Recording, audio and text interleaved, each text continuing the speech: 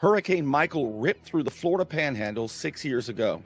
Mayor Margo Anderson's book reveals what really happened in Lynn Haven. 600 pages with actual FBI investigation memos and much more. The foreword is written by Guy Lewis, a Fox News contributor who oversaw all federal prosecutors under Attorney General John Ashcroft nearly 20 years ago.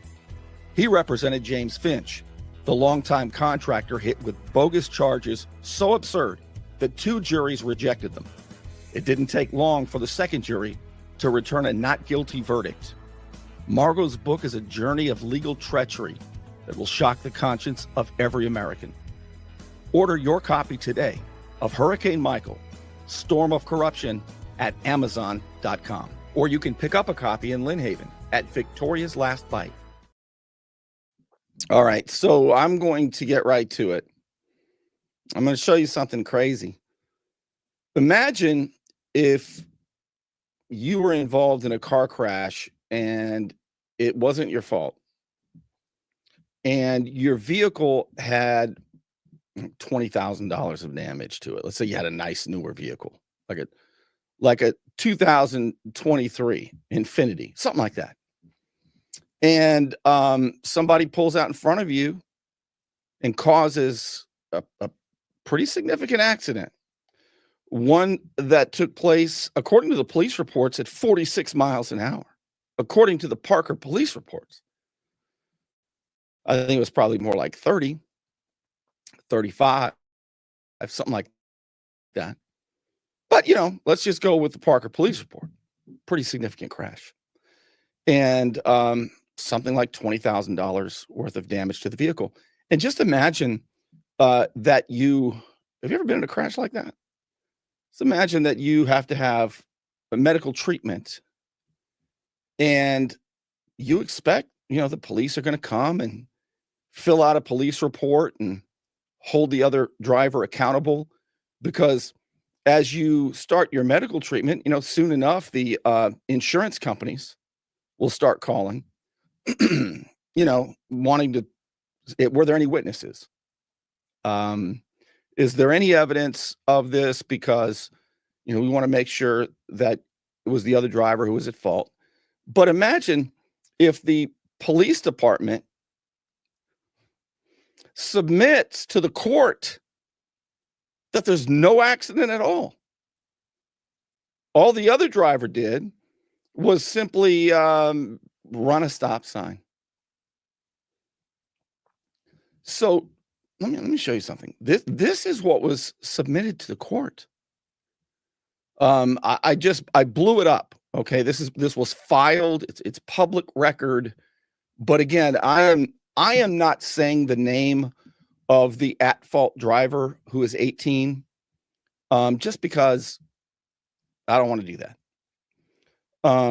She left the scene, and she is the cadet of the year for Sheriff Tommy Ford's Explorer program. Didn't call 911. The driver, the lady whose car was damaged, who has to have medical treatment, she called 911. A witness called 911. You'll hear that call tonight. So I just want to show you tonight 3 things. 1, the 911 call. 2, what the Parker police submitted to the court in order to keep what they think they're doing, the Parker police and the sheriff's office, what they think they're doing is protecting, throwing up the thin blue line to protect their cadet of the year. But what they're really doing, and this is why I'm not mad at the 18-year-old girl. I'm really not. I mean, she needs consequences. She doesn't need to go to jail, but she needs consequences. Because otherwise what you have, and this really upsets me, is a bunch of old men in uniform grooming an 18-year-old girl that when we get in an accident, we can flee the scene and cover it up. And then they own her. That's how the racket goes. The old guys in uniform groom young people. Remember that favor we did for you? And then they own them. And then when they start doing things when they're wearing a uniform, the old guys in uniform remind them, hey, don't make us write you up for what you did that time, you know. And then pretty soon they completely own them. And that's how this culture of law enforcement corruption around here grows and continues and is fed. That's the problem. The fact that you can't even be in a car accident with somebody else at fault and get an honest police report is unacceptable. And again, it is a lady who's getting screwed over by Bay County law enforcement. Again. So this is what they filed. Look at that. Ran stop sign is all. Now, the 18-year-old driver in the white truck actually turned into rush hour traffic at 5 o'clock over on Tyndall Parkway on November 6th and caused somebody to crash into the white pickup truck she was driving. And then she sped on down the side road and a witness followed her. And the witness called 911, which you're going to hear. But that's not what's indicated here. As a matter of fact, the three circles, not only does the Parker Police Department, and the person who signed this is Officer Dickinson. And the person who was on scene was Chief Hutto, who on Tuesday at a special meeting announced that he is retiring after 27 years. He's going to retire and December 27th. He'd like that to be his last day. And quite frankly, I hear good things about Chief Hutto. People like him. He's certainly likable, it seems. But this is unbelievable. This is not okay. Look, what they gave the court specifically asks, was there a crash? The officer checks no. Now, is there any evidence of a crash? Because so far, the Parker Police Department has not turned over the body cam footage and the dash cam footage to the victim who requested it 2 weeks ago. That's going to show a whole different story. Look at the second question. Was there property damage? They check no. They check no. And there's another one. Was there injury to another? The Parker Police Department checks no. What are they just going to stick the lady with all the medical bills? How long does it take to get the dash cam video and the badge cam video, the body cam video? How long does it take? What's going on? So this happened on November 6th, and a bunch of, more than half of the police department have left. There's like 3 guys left. So I hear a theory that sounds believable. And that theory is that maybe Sheriff Tommy Ford wants the Parker Police Department disbanded because he would like to absorb Parker under the sheriff's office. And I believe that comes with a whole bunch of money. And since they already, do stuff there anyway, be a good deal. Now, why I think this is a realistic theory is because WMBB has hopped into action. WMBB knew about Chief Hutto's plans, even though the mayor did not, on Tuesday. And they were there. And Tom Lewis, Huey Lewis in the News reported it. And then the very next day, on Wednesday, was it Wednesday? It was November 27. Updated November 28. They did a second story. And the second story, which I'm going to play for you, I'll do that first. And then we'll listen to the 911 call. And you tell me if the 911 call sounds like, from a witness, does it sound like what the Parker police turned into the court? You tell me. All right. So, all right, let's listen to Tom Huey Lewis in the News. The headline is former Parker Police Department employees, a bunch of them left this month, speak out about why they left. So there is a narrative that is taking shape, and WMBB has been given the narrative, and they're out there saying it. Now WMBB, as you know, is very much like the national news, right? They don't do news. They're not national news. They're not local news. They're simply propagandists. They simply read what the government wants them to read. They do not serve the public. They violate their public trust. They do not report what's really going on. And they hurt the community. But the good news is, and this is really good news, every year, Gallup does a poll. And it's a poll of Americans' attitudes toward major institutions like Congress, TV news, newspapers, small businesses, the military, police, stuff like that. And every year there are two that are at the bottom. Congress has been at the very bottom with like 8 or 9% people trust Congress. And then TV news has been second worst at like 12% of the people believe TV news. And they do that to themselves. But this year, TV news was at the very, very bottom. Do you believe national TV news, for the most part?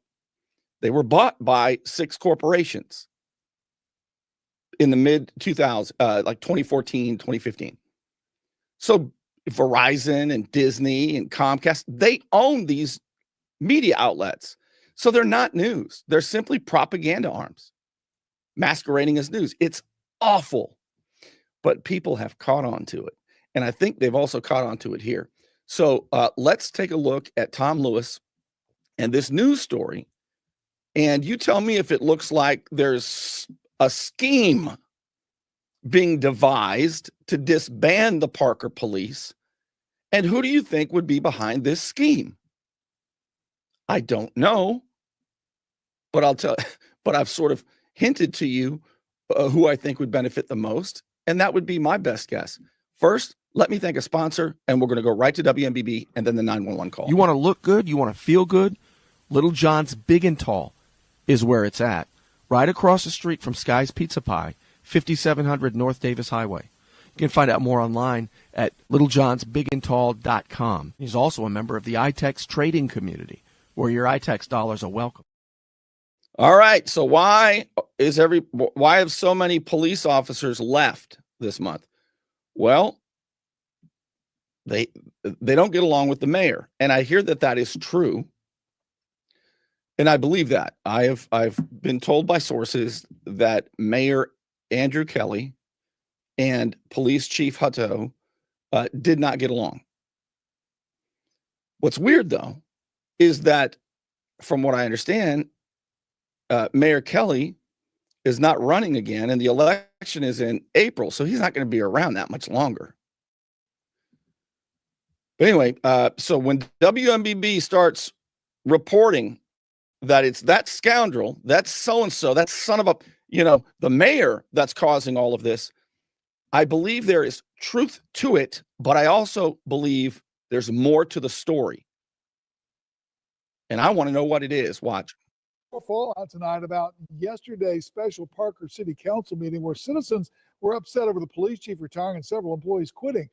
And Mayor Andrew Kelly downplayed reasons for the departures yesterday, but as News 13's Grace Velez tells us, today some of the former employees say, I'm telling you, this looks like such a hit piece. Let's just listen to how they do this. It could be true that Mayor Kelly's a bad mayor and he's caused all of this. Could be. But it's also could be true that WNBB is on the warpath for somebody. that Kelly is the reason they've moved on. Parker citizens asked Mayor Andrew Kelly some pointed questions during Tuesday's special meeting about who is leaving the police department and why. Police Chief Dennis Hutto had been with the department for 27 years, and Mayor Kelly claims his retirement notice came as a shock. It did come as quite as a surprise when he called me a week ago and said that he had finally put his paperwork in to retire. We've always had an excellent working relationship.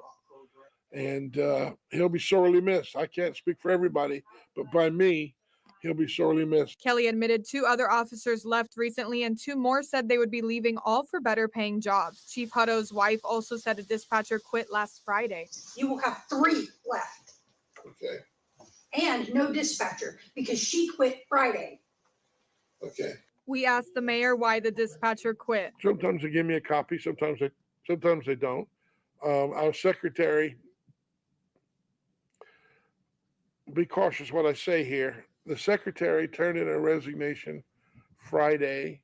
She had mentioned to Chief Hutto that she thought she would be leaving and moving away from the area for a family reason. And that's as far as I'm willing to go, you know. I don't think I should tell you her personal business. But dispatcher Pamela Kenya says that's not what happened. We had a meeting with the mayor that I thought the chief was going to be allowed to go to, but they made us go to City Hall for it, and the chief had to stay and answer phones for me. The Springfield's police department used to handle some of Parker's dispatching calls at no cost. Then the city agreed to pay the Bay County Sheriff's Office $100,000 a year for the same assistance. Kenya says one of the Parker officers had brokered a deal to return to Springfield. The mayor pretty much said that he didn't have the authority to do that, and that that was my chief's decision, which that's not true. And now we're paying $100,000 when we could have been having dispatch for free.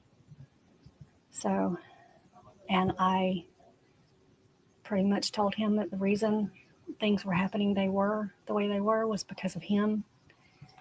And I got up and I left, and he says, have your resignation on my desk by the end of day. And I said, you'll have it. Kenya claims a number of people witnessed Kelly ask for her resignation. As for the family matter Kelly referenced, Kenya says she told Chief Hutto there may come a time when she would need to take care of her mother full time, but had no plans of leaving her job anytime soon. 10 years. I thought I would retire from there. It's not what I thought would happen. It's sad. It's sad. Mayor Kelly says the city is focused on filling the police chief's position and the 2 police officers, but former Lieutenant Detective James Perdue says Kenya was irreplaceable. I don't want to leave. None of us do. But when he fired the dispatcher, that really left us crippled because she does more than just answer the phone. Perdue had been employed with the department for over 5 years. After Tuesday's meeting, the mayor claimed Perdue's resignation was dated the same day, November 26th. And I did not anticipate a resignation Monday from the detective, but something happened. I'm not sure what happened. He had already applied for a job at another agency, again, for time and money. But Perdue says it wasn't about better hours and more money. It was about safety and allocation of funds. When I asked the mayor about it, he says there's no money, yet they can spend $900,000 on a pickleball court. Okay, so the Parker Police Department's not going to get any money. Well, I finally accepted that and said, I have to move on. It's not fair to me. It's not fair to the victims. They're not getting the justice they deserve. Now, all of these officers have always known that they can go work somewhere else and make more money. It's never been about the money. And it wasn't about money in this case. It's safety. In Bay County, Grace Velez, News 13, Panhandle Strong. Grace also spoke to two other former Parker police officers who say that Kelly forced them out and they did not leave for better pay. We were unable to reach Mayor Kelly today for comment. All right, so something's going on, and WMBB has been given their assignment. So I don't know if this has anything to do.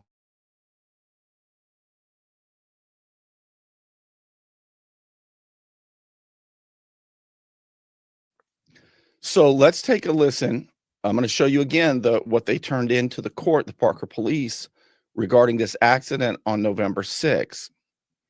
And then I want you to hear the 911 phone call and remind me in the comments in case I forget. I want to tell you what bothers me about this as much as anything else. And it's going to be important that I tell you that.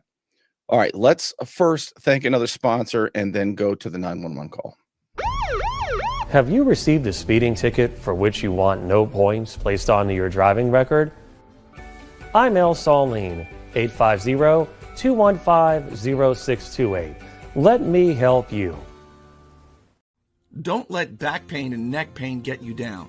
Find relief at Brown Chiropractic Center on St. Andrews Boulevard in Panama City. Dr. Sherry Brown helps people heal naturally with chiropractic adjustments and deep tissue massage. Call 769-3777. All right. So here is, again, what was submitted to the court, and I want you to look closely at this. This is for the accident that took place November 6th. All right. But the only thing the Parker police turned in is that, look at the three circles, that this 18-year-old driver, the Sheriff Ford's Explorer Cadet of the Year, all she didn't cause an accident. All she did was run a stop sign. Now, there are no stop signs there. Was there a crash? Officer Dickinson checks no. Was there property damage? Officer Dickinson checks no. Now, Officer Dickinson is left. Was there injury to another? Officer Dickinson checks no. All three of those are false. And intent is an important aspect to accountability in a situation like this. Officer Dickinson's body camera, which Parker police won't release or haven't yet, would indicate that he knows very well there was a crash. He was there taking witness statements. He knows very well there was property damage, about $20,000 worth to the victim. And he knows now that there was an injury. I mean, the crash, he said the crash took place at 46 miles an hour. All right. So, but Parker police told the court there's no accident. Let's take a listen to the 911 call. There was a car that saw this right next to them. The crash happened right next to this car. And in this car, there was a young couple in their 20s. And they saw the 20-year-old take off, flee the scene. And so they followed this driver in the white pickup. And she pulled into a big parking area, like at a strip store, a bunch of stores, and and this car parked behind her. And the lady in the car called 911. And this is the call. Tell me if it sounds like all she did was run a stop sign. 911, what's the emergency? Hey, so I just witnessed a crash. What and street are you on? I'm on. No, you're fine. You can get in a lot of trouble for doing that. Now, what you hear, remember the 20-year-old Sheriff Ford's Cadet of the Year is in that big white truck with another person. And they're not happy that they didn't call 911 either. They caused the crash. She caused the crash. She didn't call 911. The only calls were from this witness and from the victim. So what you're hearing is the cadet of the year talking to the witness, and the witness is very calm. And the witness is telling the 20-year-old cadet of the year, look, you can get in a lot of trouble for leaving the scene of just sit down there. She's being interrupted on the 911 call, and she's very that's what she's doing. She's telling the cadet of the year to look, you can get in a lot of trouble doing this. She's not being mean. Listen. What's the emergency? Hey, so I just witnessed the crash. What And, street are you on? It's, I'm on, no, you're fine. You can get in a lot of trouble for doing that. Ma'am, what's For running name? from a scene. My name is No, ma'am. What is the right street here. that it happened on? Oh, 98. Was it north or southbound? So right there. It was going towards what is it called? It's right in front of a grocery outlet on 98, going towards Kendall. Okay. Is anybody injured? Honestly, so the truck that pulled out across 98, they ran off. So I followed them because I thought it was going to be like a hit and run kind of thing. Now the car that got hit, the front end was really bad. So I turned because I went to go follow this Tacoma. I have the license plate right in front of me because they stopped. But it's literally a hit and run is basically what it was. Like, it seems like a young girl. The Jody asks, is the girl 18 or 20?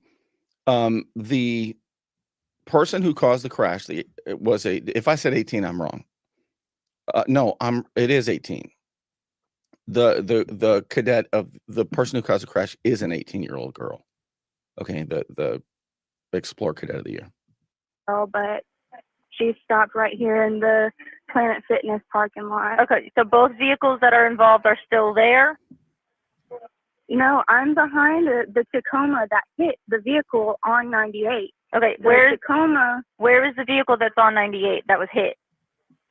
right in front of Grocery Outlet on 98. Right on that grocery outlet?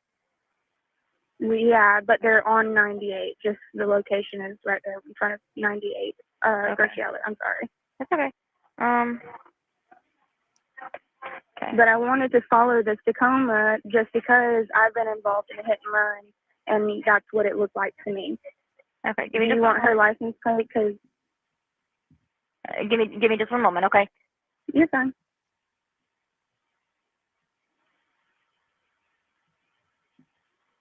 Yeah, my boyfriend went and ran back to where the crash happened just to make sure that person's okay. Okay. What color and type of vehicles are involved? One was an SUV. It was versus a truck, correct?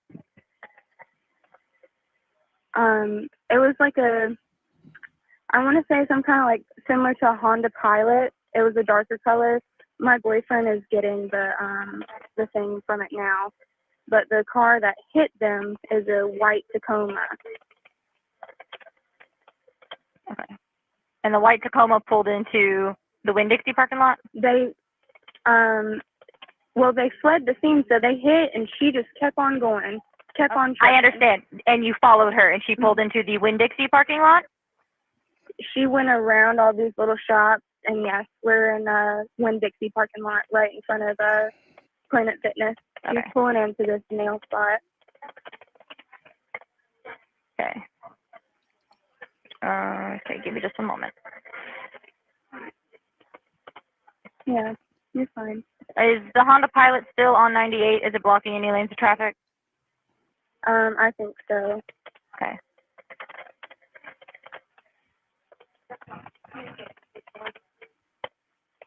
What's your name? My name is.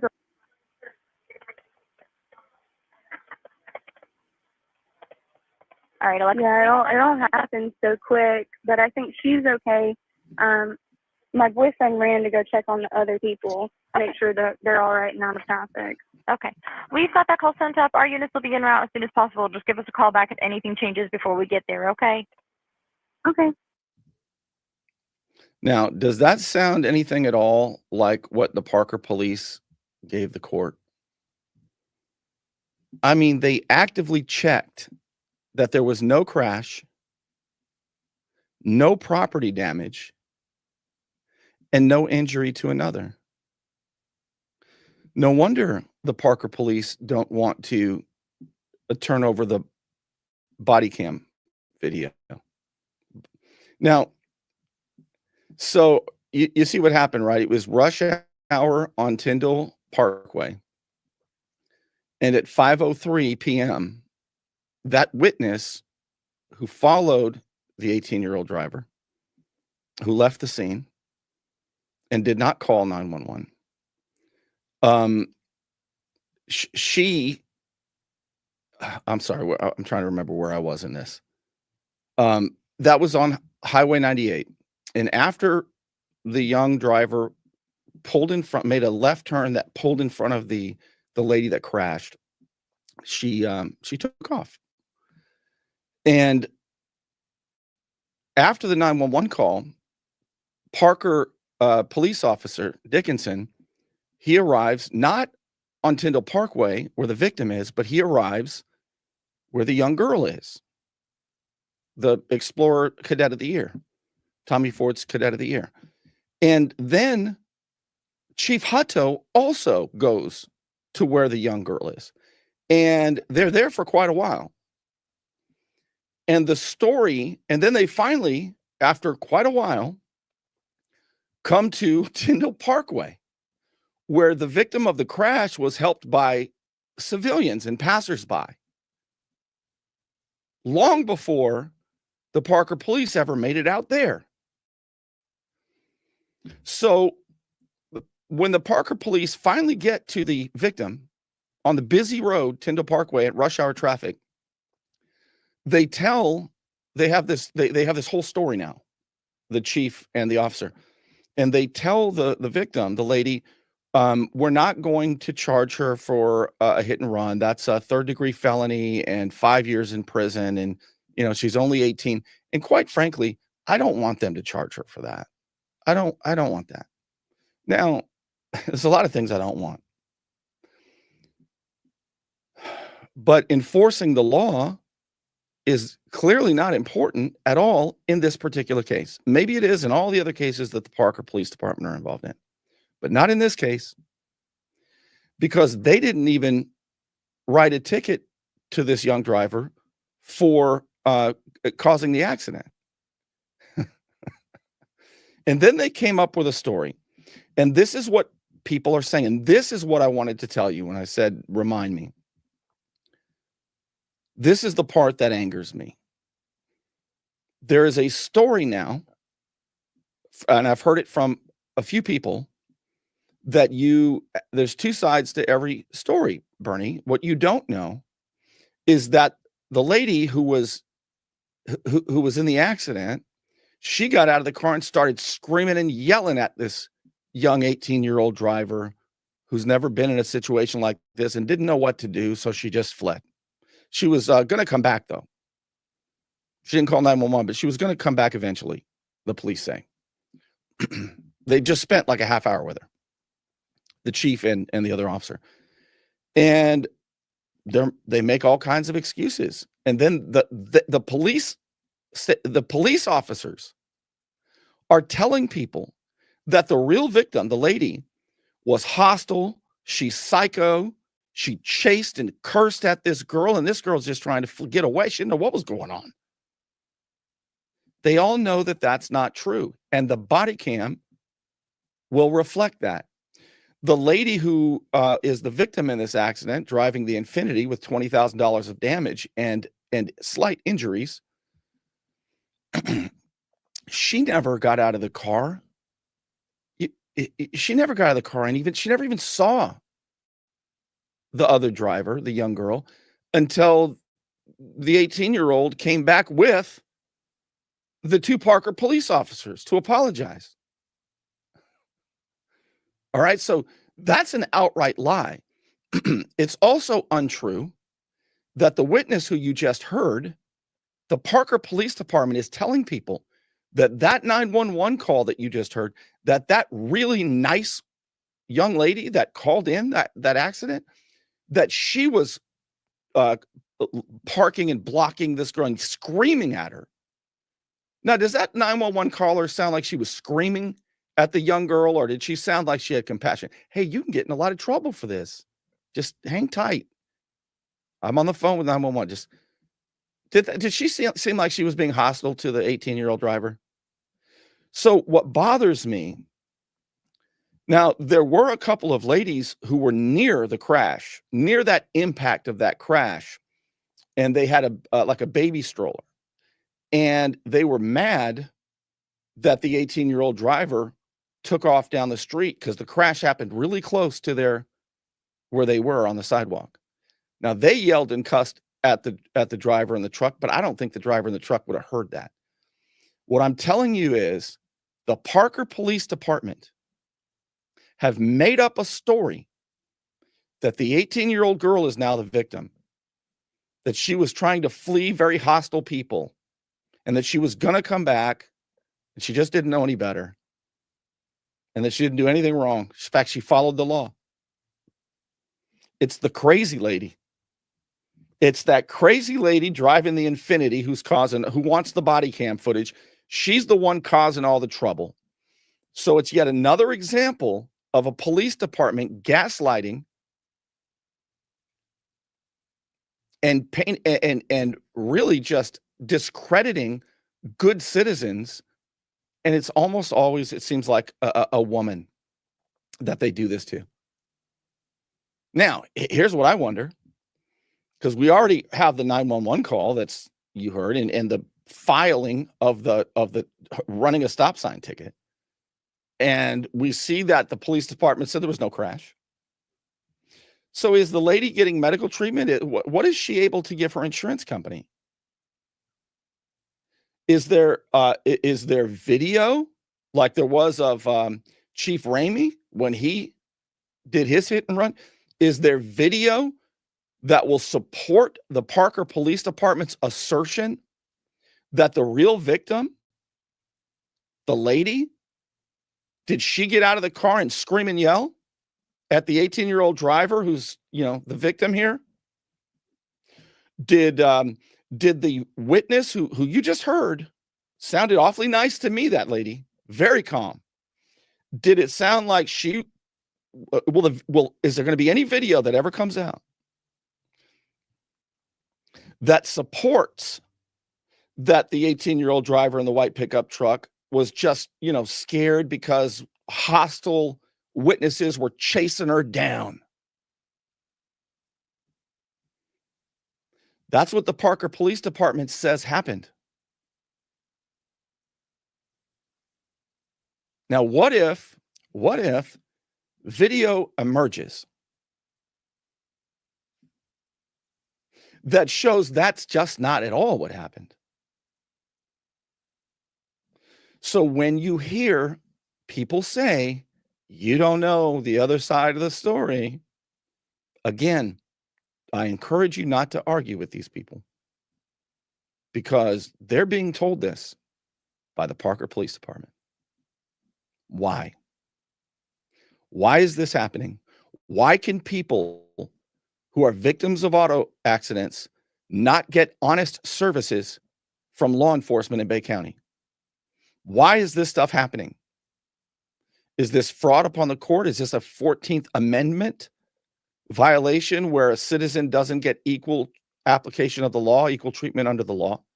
Is there a conspiracy against this lady's rights? Is there a cover-up of a hit and run? Is this a crooked blue line instead of an honest one? I don't know. But I'll tell you this. There's a lot more evidence. So when you hear people trying to discredit the real victims, just ask them, how do you know all this stuff? Tell me more. And then see if what continues to come out supports what they're saying. Because you can, and again, a lot of people really like Chief Hutto. I don't know him. I bet he's a really nice guy. And now I'm outside of what I know. Okay. But my guess is that he was pressured to do this. And my guess is that the other officers were too. By who? But here's the thing. When you wear that badge and that uniform, and somebody pressures you to do something as wrong as what you're hearing about, you have to say no. And if you got to leave that job, you got to leave that job. Because what could happen is if there's proof that you knew there was an accident, you knew there was property damage, $20,000, and you actively checked that there was not and submitted that under oath to the court, now we got a problem. That's a criminal act. All right. That's all I got.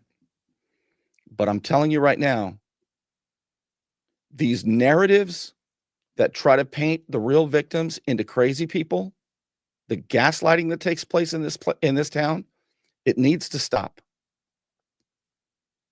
It needs to stop. There needs to be accountability. And I'm urging compassion for the 18-year-old girl, because I see her as a victim of these older men in uniform who are grooming her, will put her in their debt, and will teach her, this is how we do things around here. And you're in the club. And now we own you. So you have to do these things for us. And then it gets even worse. That's what I have a problem with, more than anything, probably. All right. That's all for now. I hope you had a wonderful Thanksgiving. Lots more for you. It's several things, but this one is blowing my mind. And so I just had to share it with you, and I'll talk to you soon. Thank you, of course, to those of you supporting my efforts by throwing a tip in the tip jar at patreon.com, as little as $5 a month. Those of you who do it, the crowdfunding helps me do this show. I couldn't do it without you. And it's anonymous. It's easy. You can quit at any time, and it's the best $5 you can spend on the internet. And you know this, man. Patreon.com/Bernie Thompson. That's how you can do that. And of course, thank you to the Unknown Patriot for your support. And with that, I will see you soon.